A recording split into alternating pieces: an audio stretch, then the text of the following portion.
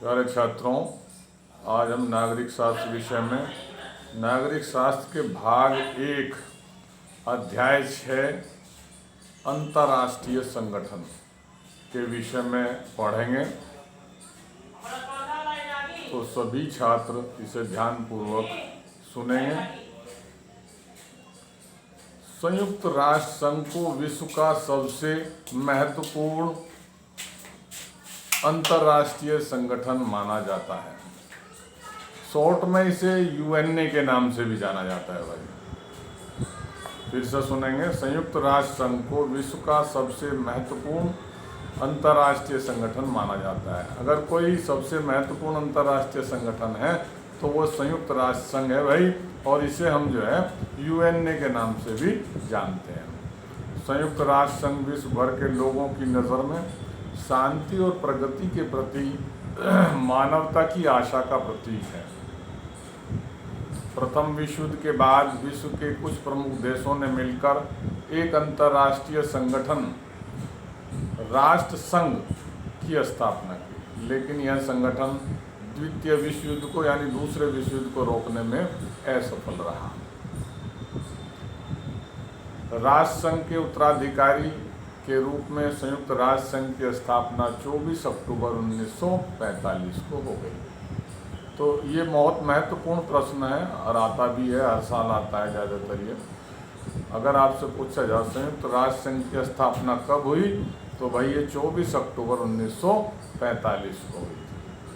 संयुक्त राष्ट्र संघ का प्रमुख उद्देश्य अंतर्राष्ट्रीय झगड़ों को रोकना एवं राष्ट्रों के बीच सहयोग यानी आपसी सहयोग भाईचारा स्थापित करना है। अब अगर हम इसके मुख्यालय की बात करते हैं संयुक्त राष्ट्र संघ के, तो संयुक्त राष्ट्र संघ का मुख्यालय न्यूयॉर्क में स्थित है। वर्तमान में इसके सदस्यों की संख्या 193 है भाई, और दक्षिणी सूडान 193वां सदस्य अभी जुड़ा भाई 2011 में। इससे पहले 192 सदस्य थे, अभी एक और जुड़ गया दक्षिणी सूडान। अब इसके सदस्य देशों की संख्या 2011 के बाद 193 हो गई है।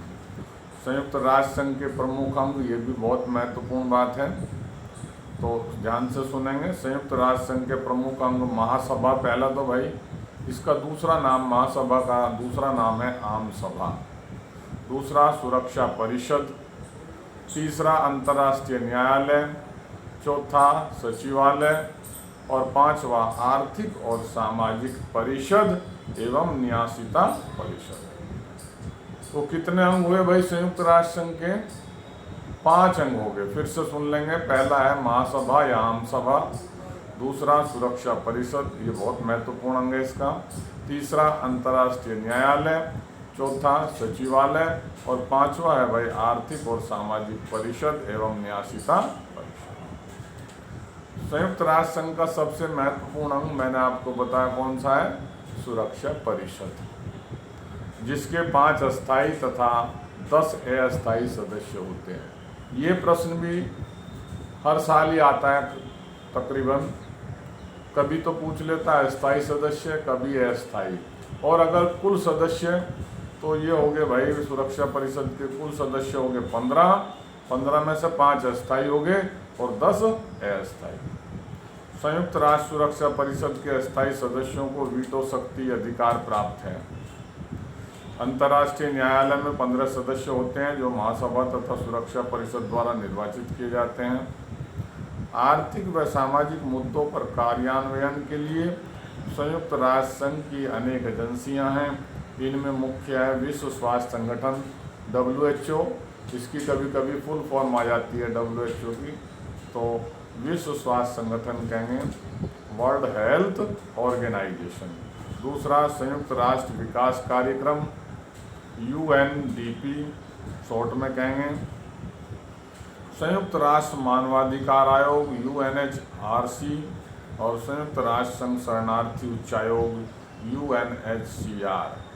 संयुक्त राष्ट्र संघ यानी बाल कोष, संयुक्त राष्ट्र संघ बाल कोष यूनिसेफ के नाम से, शॉर्ट में यूनिसेफ UNICEF यूनिसेफ बोलते हैं इसको।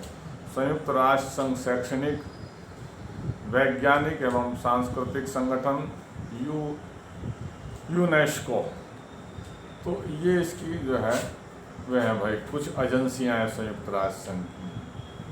संयुक्त राज्य अमेरिका एवं पश्चिमी देश संयुक्त राष्ट्र संघ के बजट से जुड़ी प्रक्रियाओं एवं इसके प्रशासन में सुधार चाहते हैं भाई।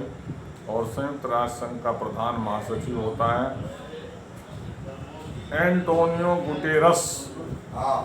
ये 1 जनवरी 2007 से संयुक्त राष्ट्र संघ के महासचिव एंटोनियो गुटेरस। ये भी आया भाई बोर्ड परीक्षा में।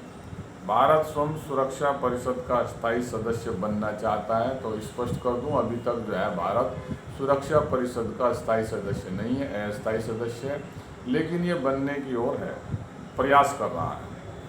पाकिस्तान जैसे देश संयुक्त राष्ट्र संघ में वीटोधारी अस्थायी सदस्य के रूप में भारत की सदस्यता का विरोध कर रहे हैं। पाकिस्तान हमारा विरोध कर रहा है कि हम जो है इसके अस्थायी सदस्य ना बने। तो ये कुछ महत्वपूर्ण तथ्य थे भाई, इन्हें मैं आपको जो है फ़ोटो खींच के भेजूंगा ना, वहाँ से भी आप पढ़ेंगे। और इस वीडियो से भी आप ज़्यादा से ज़्यादा बार इस वीडियो को सुनेंगे, ताकि आपके बहुत सारे अति लघु उत्तरीय और बहुविकल्पीय प्रश्न इसी से हल हो जाएंगे। धन्यवाद।